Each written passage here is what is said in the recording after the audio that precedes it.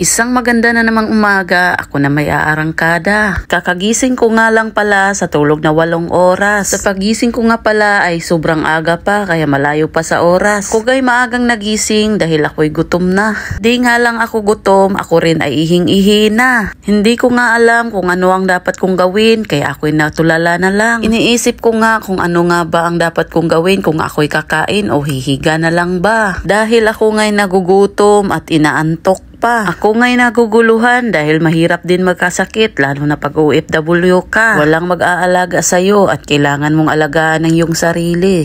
At sa puntong ito, ako nga nalay bumangon at kumain na lang ng saging kasi may natitira pa akong isang saging. Pinili ko kahapon. Pero bago ako kakain, iinom muna ako ng water. Kinukuha ko na ang pinakamalakasan kong tumbler na may tatak pa sa aking YouTube channel. Meron nga pala ako isang saging na bili ko kahapon dito lang sa labas ng aming accommodation. Kaya nga pala ako kumakain ng saging kasi nga meron akong acid, kaya kailangan kong kumain na maraming saging. Ayon kasi sa aking research, marami itong benepisyo at malaking tulong nito lalo na sa mga karamdaman natin, lalo na tulad ko. Dapat nga pala lagi tayong kumakain ng saging lalo na pagkatapos ng kain. Ito nga pala ang aking saging ay may dagta na, kinukuha ko lang at kinain ko yung maayos pa. Dati nga pala sa probinsya namin, halos araw-araw lagi kaming kumakain ng saging. Kasi nga yung tsuhin ko madami siyang tinanim na saging at pinapahinog na lang. Sa sobrang ang daming hinog, binibenta na lang namin sa aming mga kapitbahay. Base nga sa napansin ko, ang mga tao nga pala dito sa Dubai mahilig din sa saging. Akala ko nga mga Pilipino lang unggoy. Bali nga tawagin tayong unggoy, importante, malusog ang katawan. Pagkatapos ko nga palang kumain at ako'y ihing-ihi na, ako'y diretso na sa CR ba? Kasi mahirap na pag pinigilan mo pa. Ako nga pala'y tumakbo na at baka tutulo pa. Abay, nakakahiya naman, ang laki-laki mo na, nakaihi pa. Naalala ko nga dati, ako'y nanaginip. Umihi ako sa gilid ng gilog, tapos hindi pala, nasa higaan ko pala.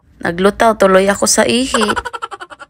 Pagkatapos ko nga palang umihi, ako'y tuwang-tuwa kasi successful ba? May nakalimutan pala ako. Nagluto pala kami nila Mariel at Sonia sa labas ng aming accommodation. Nagluto nga pala akong isda, chicken joy at hotdog. Easy lang ba? Saka meron din pala kaming sobrang kanin, kaya sarap ng kumain sa sobrang bango ng aking ulam. Nagluto nga pala akong isdang paksiw kasi namimiss ko yung aking luto. Talaga ba? Iba din kasi pag binili mo lang, nakakamiss din yung luto mo ba? Ang gusto ko nga sa paksiw yung maraming bawang at luya, lalo na sibuyas. Kaso nakalimutan kong bumili ng luya, kaya dinamihan ko lang yung sibuyas. Naalala ko nga dati nung nag-aaral pa ako, lagi akong nagluluto ng ganitong klase. Sarap kasi, lalo na pagbahaw yung kanin. Taob talagang isang kaldero ba? Samahan pa ng hotdog at fried chicken. Napakasarap talaga. Amoy pa lang ng fried chicken, mapapakain ka talaga. Naalala ko nga dati, bihira lang sa isang taon makakain kami ng fried chicken. Yung Jollibee ba? Jollibee.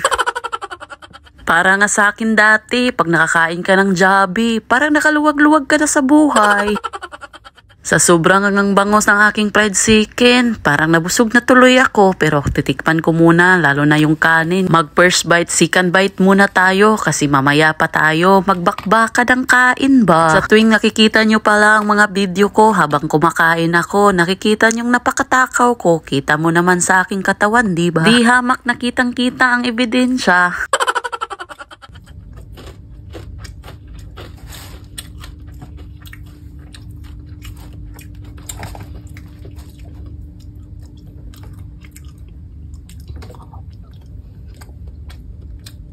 Habang kumakain ako, ako'y napaisip, baka maubos ko, tatakpan ko muna. Dahil sa sobrang sarap, baka di ko na mapigilan ba? Mamaya na lang pala ako kakain kasi medyo maaga pa. Susubo lang akong konti para maibsan yung gutom ba? Takpan ko lang ulit at ibabalik ko ulit sa plastic para madali lang damputin pagkakain na ba. Sa kantin nga pala ako kakain mamaya kasi gusto kong initin to sa microwave. Kasi maganda yung microwave sa kantin, pangmalakasan ba, bagong bago. So maraming salamat sa panonood. Kung napanood mo itong video na to, wag mong kalimutan mag-follow, like, and share. Maraming salamat. Bye-bye!